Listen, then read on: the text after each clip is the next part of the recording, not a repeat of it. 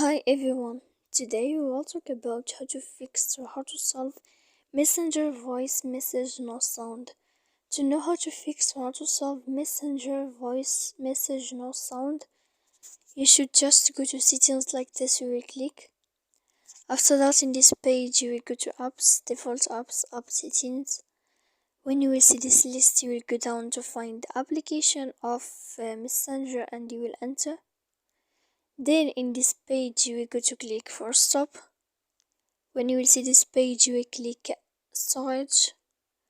After that you will enter to you will click here clear cache. Then you will go to click clear data. And when you will see this when you will end all this, you can turn off your phone. So please don't forget to support us by like and subscribe. See you next time in another video, and thank you for watching.